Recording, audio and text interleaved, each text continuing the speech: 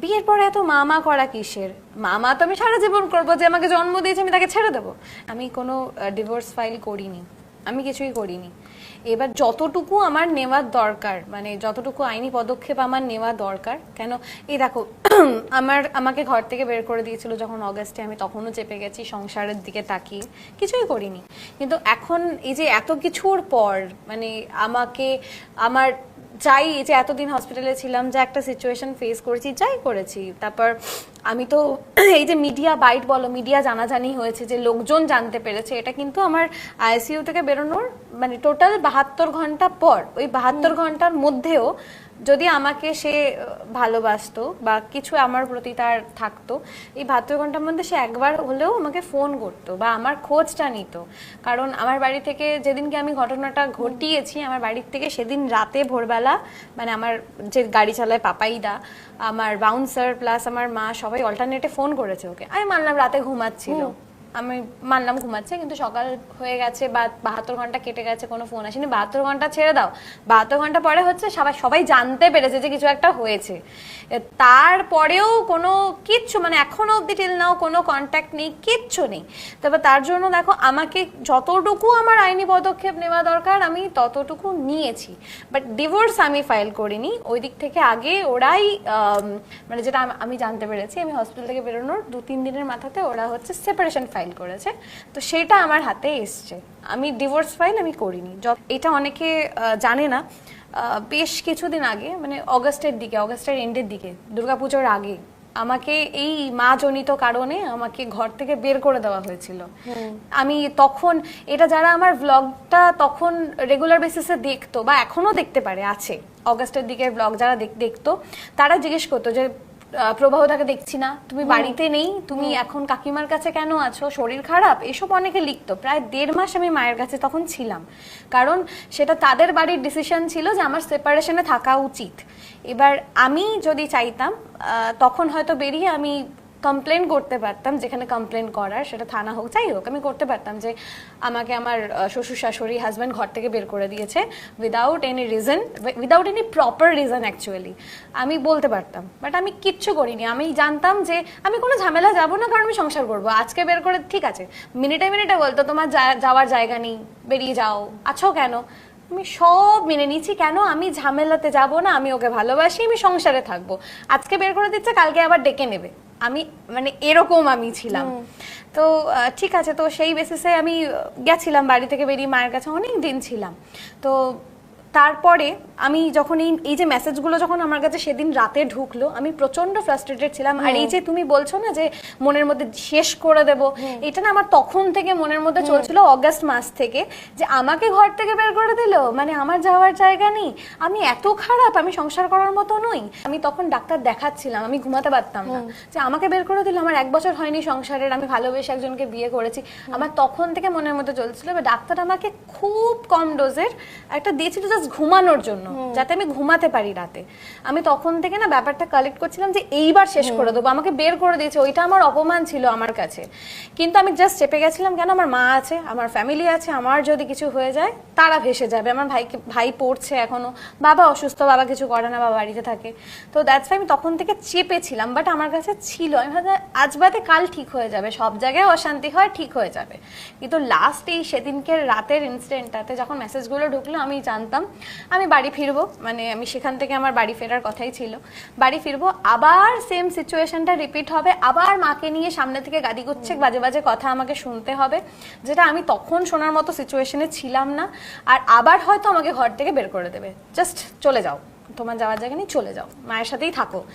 আমি ওইটার জন্য প্রিপেয়ার ছিলাম না। এবার এই যে বের করে দেবে বা এই যে চলে যেতে হবে, মাকে নিয়ে দুটো কথা বলবে, মানে আমাকে সেই একটা জায়গায় এসে দাঁড়াতে হবে, নয় মাকে ছাড়ো, নয় প্রবাহকে ছাড়ো। আর প্রবাহ যাই করুক, আমি প্রবাহকে প্রচন্ড ভালোবাসি, ভালো না বাসলে আমি বিয়ে করতাম না, এটা হচ্ছে ব্যাপার। এবার চাই, মানে আমার বিয়ের সময়, আমি জানি না এটা তোমরা জানো কিনা, আমার অপারেশন হয়েছে, আমাকে ডাক্তার বিয়ে করতে বারণ করেছে, আমি পেটে স্টেন নিয়ে বসে বিয়ে করেছি, ওই শুধু ভালোবাসা, ভালোবাসার জন্য আমি এখন এতদিন অবধি আটকে ছিলাম। তো আমি জানতাম প্রবাহ বা মা, এইটা আমার কাছে একটা অপশন, কিন্তু আমি দুজনের কাউকেই ছাড়ার জন্য তখন রেডি ছিলাম না। মাকে তো ইম্পসিবল, প্রবাহকেও আমার কাছে ইম্পসিবলই লাগছিল, যে যাকে ভালোবাসি তাকে ছেড়ে থাকবো কি করে, সে যাই করুক। তো ওটা আমার কাছে তখন একটা মানে বিচ্ছিরি রকম একটা ভুল ডিসিশন, কেন যেটা ভুল সেটা ভুল, ভীষণ বাজেভাবে একটা ভুল করেছি, কারণ এইটা কোনো সলিউশন নয়।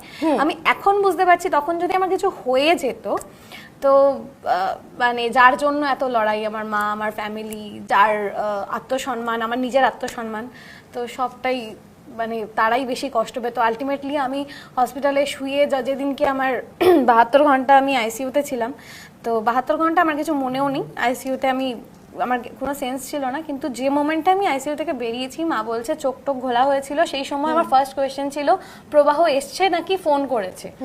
তো আমি হসপিটাল থেকে বাড়ি এসছি প্রায় মানে 20-22 দিন ধরো ক্রসড, না প্রবাহ থেকে কোনো ফোন এসছে, না ওই বাড়ির কেউ কোনো মেসেজ করেছে, কেউ কিচ্ছু করেনি, যেটা আমি এক্সপেক্ট করেছিলাম। তো তারপরে বুঝলাম যে যার জন্য এটা করছিলাম বা করতে যাচ্ছিলাম তার কোনো যাই আসে না। তো কান্নাকাটি তো মাই করেছে, 3 দিন অবধি ঘুমায়নি, আইসিইউর বাইরে ছিল, বসেছিল, কিচ্ছু খায়নি, ডাক্তাররাও কিছু মানে বলেও খাওয়াতে পারেনি। তো ডিসিশন যেটা ভুল ছিল সেটা ভুল ছিল। এটার জন্য আমি, আমার ফ্যামিলি, আমাকে যারা ভালোবাসে, যারা আমার জন্য কষ্ট পেয়েছে, যাদের আমি মন ভেঙেছি, প্রত্যেকের কাছে আমি একদম মন থেকে সরি। এটা আমি আগেও ভিডিও করেও বলেছি, এখনো বলছি, যেটা ভুল করেছি সেটা করেছি। নতুন কোনো সম্পর্কে জড়ানো এত ইজি নয়, আর আমি এখনো এখান থেকে মানে বেরোতে পারিনি। যাই হোক, বেরোতে এখনো পারছি না। এবার হচ্ছে ঠিক করা ব্যাপারটা তো একা আমার হাতে নয়, দুপক্ষেরই উদ্যোগ লাগে তার জন্য। আর আমার সাথে দেখো প্রবাহর ভেতরে কি ঝামেলা আছে আমি এততে যাচ্ছি না, বাট আমার মেন যেটা বক্তব্য সেটা হচ্ছে আমার মায়ের অপমান। আমার মাকে মিনিটে মিনিটে কোনো না কোনোভাবে অপমান করা হয়েছে। এবার যদি ওই ঠিক করতে গেলে আগে তো ওই জায়গাটা ঠিক করতে হবে না, যে এই অপমানগুলো এগুলো যাতে ফার্দার আর ফিউচারে না হয়, বা যেগুলো হয়ে এসছে এটা থামানো। তো এইগুলো যদি হয়, আর তাছাড়া ও যদি নিজের তরফ থেকেও একটু এগোয়, কারণ আমি তো এতদিন আমার তরফ থেকে অনেকটা করে দিয়েছি, এবার যদি ওদিক থেকে কোনো রেসপন্স আছে যেটা এখনো অবধি আসেনি, তাহলে মানে ভেবে দেখা যেতে পারে। আমার কোনো সমস্যা নেই, কেন ভালো তো আমি বেসেছি, এটাই হচ্ছে ব্যাপার। একজন বলছে আমি খোরপোশ মামলা করেছি, খোরপোশ চেয়েছি, এরম কিচ্ছু হয়নি, এরম কিচ্ছু হয়নি। আদারওয়াইজ আমার যতটুকু হচ্ছে কি বলবো, মানে আইনের খাতিরে থেকে আমাকে যতটুকুনি করতে হয়েছে ততটুকুনি আমার স্টেপ নেওয়া হয়েছে, সেটা পরে সবাই জানতে পারবে। আমি এখনই কিছু বলতে চাইছি না, বাট অ্যালিমানি খোরপোশ এই ব্যাপারটাতে আমি নেই, এটা করা হয়নি। আর প্রবাহকে চিনি ধরো 2 বছর 2.5 বছর, মানে বিয়ের আরো 6-7 মাস আগে, 1 বছরও কমপ্লিট হয়নি। এবার যদি সায়কের সাথে আমার কিছু থাকতো তাহলে আমি কেন বিয়ে করতাম, ওখানেই বিয়ে করতাম, দরকার ছিল না। এবার হচ্ছে সায়ককে সবাই দেখতে পাচ্ছে, মানে সায়কও ব্লগ করে, আমিও করি, তো সায়ককে মানে যারা আমার ফলোয়ার্স বলো বা যারা হচ্ছে সায়কের ফলোয়ার্স, তারা আমাদের দুজনকে দেখতে পাচ্ছে। কিন্তু আমার তো আরো বন্ধু আছে, বেস্ট ফ্রেন্ড বলতে গেলে আমি সায়ককে বলি, কারণ আমার একজনই বন্ধু যে নিঃস্বার্থভাবে বন্ধুত্বটা রেখেছে। বাকি আমার অনেক বন্ধু রয়েছে যাদের সাথে মাঝে মধ্যে দেখা হয়, কফি খেতে যাই, তাই তারা ব্লগিং করে না। এবার তারা পছন্দ করে না বলে হয়তো আমিও করি না, বা একটা ফ্রেন্ড টাইমের মানে হয় না, ফ্রেন্ডসদের মধ্যে থাকলে একটা যেটা হয়, তো সবসময় ব্লগিং ব্যাপারটা করিও না, মানে অনেকেই পছন্দ যেহেতু করে না। তো আমার তো বন্ধু বান্ধব আছে, এবার ওকে সবাই দেখেছে বলে ওকে নিয়ে বলছে। এবার ওর সাথে ফার্স্ট আলাপ হচ্ছে মিউজিক ভিডিও। এবার আমার চ্যানেলে যদি তোমরা মানে যারা বলে বাজে কথা বলে, তারা যদি একবার চ্যানেলে গিয়ে দেখে, সায়ক ছাড়াও এরকম আরো প্রচুর লোকজন আছে যাদের সাথে মিউজিক ভিডিও আমি করেছি। তাহলে যার সাথে কাজ করবো তার সাথেই প্রেম করছি, তো কাজই করতে পারবো না। আর এরকম তো না যে এই কাজটা আমি প্রথম করছি, মানে আমার ধরো ইউটিউব চ্যানেল প্রায় 6-7 বছর আরো বেশি হবে, অনেক দিন হয়ে গেছে। এক একজন মডেল এসছে, এক একজন অভিনেতা এসছে, এক একজনকে নিয়ে আমি কাজ করেছি, প্রচুর লোকের সাথে কাজ হয়েছে। তো মানে কি সবার সাথে আমি একবার করে অল্টারনেট করে প্রেম করেছি, এটা তো পসিবল নয় না। তো সায়ক হচ্ছে, আমি একটা কথা বলবো, সায়ক আর প্রবাহ হচ্ছে দুজন দুদিকে, মানে সায়ক আমার খুবই ভালো বন্ধু, আর প্রবাহকে ভালোবেসে আমি বিয়ে করেছি, দুজন দুটো মানুষ। এর মাঝখানে আমাকে ফেলে ওই জাস্ট মানে স্যান্ডউইচ বানিয়ে লাভ নেই। এগুলো বেশ সিনেমাতে দেখতে খুব ভালো লাগে, লাইফে ভালো লাগে না ব্যাপারটা, আমার একদমই ভালো লাগে না, কারণ আমাকে নিয়ে ঘাটাঘাটি হচ্ছে, তো এটা আমার ভালো লাগছে না। বেকার বেকার সায়ককে টেনে ওকেও ডিফেম করা হচ্ছে। এবার কি বলতো, এই যে এত ভালো বন্ধু, আমি চাই প্রত্যেকের লাইফে লাইফে একটা করে থাকুক সায়কের মতো বন্ধু, কেন মানে আমার তখন যে সিচুয়েশনটা আমার হয়েছিল বা আমার মনের মধ্যে যেটা চলছিল, আমি অ্যাকচুয়ালি না সায়ককে মেসেজ করেছিলাম যে তোকে আমি কিছু বলবো, সেটা একটু প্রবাহকে বলে দিবি, কেন আমি প্রবাহকে ডাইরেক্ট মেসেজ করতে চাইনি। তো ও না ওই আমি তোকে একটা কথা বলবো ওইটুকু বলে আমি ওকে মেসেজ করেছি, ও না বুঝেছে কিছু একটা হয়েছে, তারপরে আমি ওকে ফোন মানে ওই ফোন করলো ঘুরিয়ে, এবারে কথা বলতে বলতে ও আমাকে বলছে তুই কিছু মানে কিছু কি, ও ভেবেছে বোধহয় আমি ড্রিঙ্ক করেছি, আমি তো ড্রিঙ্ক করি না। ও বলছে তুই ড্রিঙ্ক করিস না, তুই এরকম করে কথা বলছিস কেন? আমার হাতে তখন ফোনটা পড়ে গেছে, ওর তখন ডাউট হয়েছে, মানে ও হ্যালো হ্যালো করছে, আমার রিপ্লাই পায়নি, ও ফোন করে দিয়েছে। একটা মানে প্রত্যেকটা একটা ছেলের লাইফেও যেমন মা ইম্পর্টেন্ট, একটা মেয়ের লাইফেও মা ইম্পর্টেন্ট। ইভেন একটা মেয়ের ওই ছোট থেকে বড় হওয়াতে মা বেশি ইনভলভ থাকে, একটা মেয়ের বেশি ইনভলভ থাকে। তো সেখানে মানে ওই যা হচ্ছে সোশ্যাল মিডিয়াতেই হচ্ছে কিছু কিছু, তা আমি বলবো না যে সবাই করছে, কিছু পার্সেন্ট 10% মতো যাদের বক্তব্য যদি মামাই করবে বিয়েটা করতে গেলে কেন, আবার ছেলে বন্ধু আছে যখন বিয়েটা করতে গেলে কেন, এইগুলো আমি দেখছি। তো প্রথম মানে আমার একটা ওই কি বলবো একটা ঘাটা ফেস চলছিল যখন ওই হসপিটাল থেকে বেরোনোর পরে, তখন আমি নিতে পারছিলাম না, তখন খুব মাথা খারাপ হচ্ছিল যে এবার কি করব, মানে এরকম কেন বলছে, আমি তো এরকম নই, কেন করছে।